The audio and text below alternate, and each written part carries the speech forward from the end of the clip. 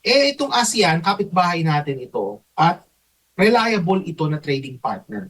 So, kumbaga, kung magkakaroon tayo ng issue ngayon sa pagkikipagkalakalan with the United States because of the tariffs, and then China, inaaway natin, no? Yung ating foreign policy is not consistent with our economic development policy, baka pwedeng gawin ni Marcos Jr., turn our attention more towards the ASEAN and makipagkalakalan tayo ng mas marami with our ASEAN neighbors.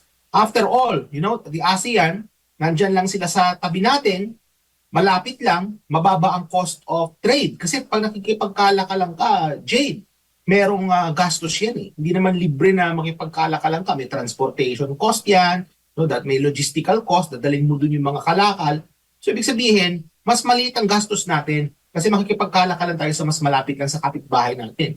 And it's a big market, no? So kagaya itong nangyari sa yung Atiga, no? So na-update yung Atiga, maganda yan kasi sa totoo lang, kung ako tatanungin mo, mas mainam na mas palawigin pa natin yung ating pakikipagkalakalan with the ASEAN. No, kasi yan talaga, ano yan eh, kumbaga, mga kapatid natin yan, no, mga ASEAN member countries. So, I think if there's one way to redeem, no, itong nangyayari kay Marcos Jr., no, yung kanyang free fall na yung kanyang popularity and approval ratings, baka itong oportunidad with the ASEAN might actually save him a little bit. No? If there's anything to be saved with his administration sa ngayon, kasi nakikita naman natin na hindi magandang lagay. Hindi magandang lagay ng ekonomiya, how people perceive the government in terms of yung sa graft and corruption. So, magandang opportunity to for him. Sana ma-exploit ito ng maayos. Sana seryosohin ng gobyerno ni Marcos Jr. yung pagpapalawig ng kalakalan with our ASEAN neighbors.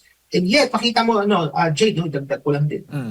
Palawigin nga natin yung ating trade with ASEAN, pero hindi naman natin to sinusundan ng mga kinakailangang reforma para maging mas attractive tayo sa investors.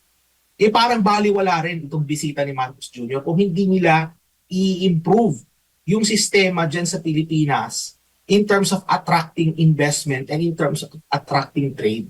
Mababaliwala lang yan. Magiging parang ano lang yan. Parang photo ops lang. Yung nagpunta siya. Actually, wala nga siya dun sa picture eh.